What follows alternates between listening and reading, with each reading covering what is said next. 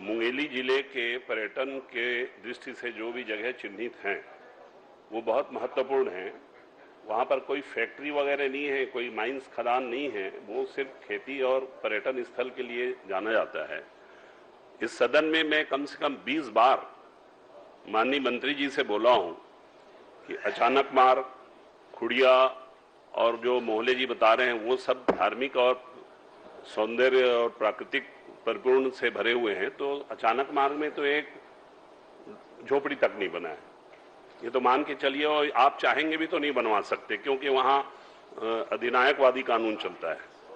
लेकिन खुड़िया में आपके डिपार्टमेंट के लोगों ने जो जवाब दिया, आपको मैं बताना चाहता हूं कि वहां पर 5 एकड़ जमीन एडवांस पोजेशन कलेक्टर से हम लोगों ने दिलवाया है। आपको इसमें जिक्र होना था, आपके जवाब में इस बात का जिक्र होना चाहिए कि 5 एकड़ खुड़िया के राजीव गांधी जी के नाम से वो डैम है और राजीव गांधी जी के नाम का जलाशय, वहां पर भी आपने 2 रुपया नहीं दिया। 4 साल में सिर्फ कलेक्टर प्रतिवेदन देगा कि विधानसभा में हम जो बोल रहे हैं वो ज्यादा महत्वपूर्ण है। परंतु आपकी सरकार मुंगेली जिले से नफरत करती है। वो इसलिए नफरत करती है कि वहां पर तीनों विधायक हैं, तीनों आपकी पार्टी के नहीं हैं। इसलिए मैं आपसे ये निवेदन करना चाहता हूं कि समय सीमा बताया जाना संभव नहीं है, ऐसा लिख देने से काम नहीं चलेगा।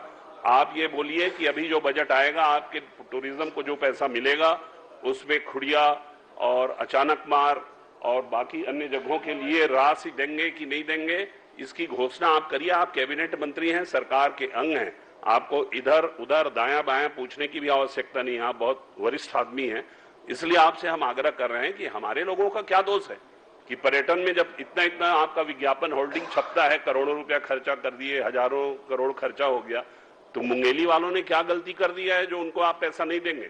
और कोई 100-200 करोड़ मांग नहीं रहे हैं, थोड़ा ही थोड़ा छोटा छोटा काम तो कर दो।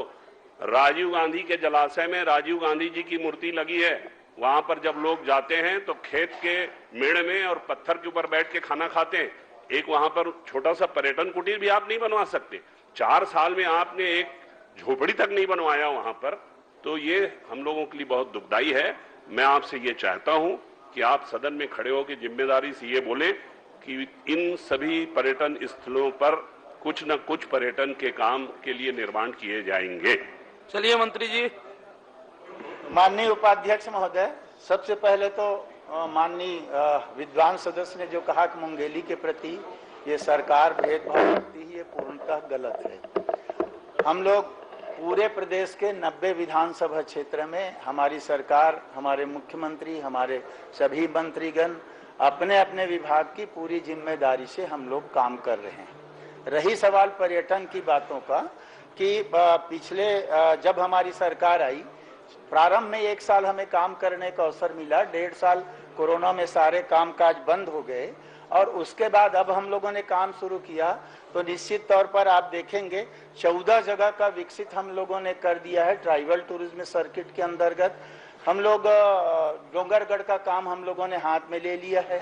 सिरपुर का हमारा प्रोजेक्ट बना के हम लोगों ने भेज दिया है। अभी हम लोग राम वनगमन पथ के नाम से पूरा चिन्हांकित करके बना रहे हैं।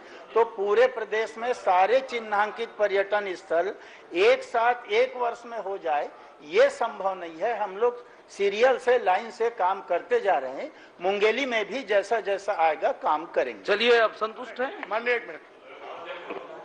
ये जैसा जैसा ऐसा वैसा में काम नहीं चलने वाला है। आप बोलिए, आप देंगे या नहीं देंगे? आप देंगे या नहीं देंगे, ये बोलिए।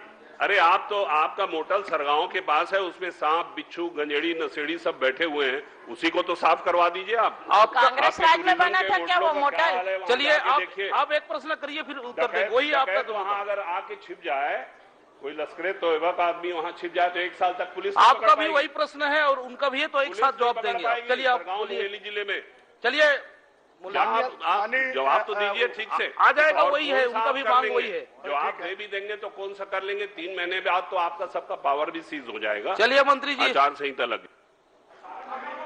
दोनों का तो एक ही सवाल है, मांग कर रहे हैं लोग। जी ने दे दिया उपाध्यक्ष महोदय जी।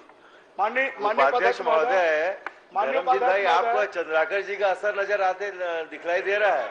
आप तो ऐसे न चलिए, थे। आप प्रश्नकाल है, ऐसे न थे। थोड़ा सा बैठ जाइए। प्रश्नकाल हमारे महत्वपूर्ण छोड़ो, काल है। अभी चलिए, देखो इधर आपका काउंट चलिए, अंतिम अवसर है इसका। देखो 4 साल बहुत मजा किए हो। अब मैं आगे बढ़ूंगा। क्या होगा आप उसको? बोलिए। परमानेंट कोई निकाल नहीं आता, 5 साल में परिवर्तन होता ही प्रश्नकाल है, दिखा समय के का ले आए महत्व क्या? है। आप थोड़ी बैठ जाइए। आप बोलिए। अंतिम है, इसके बाद आगे बढ़ूंगा। माननीय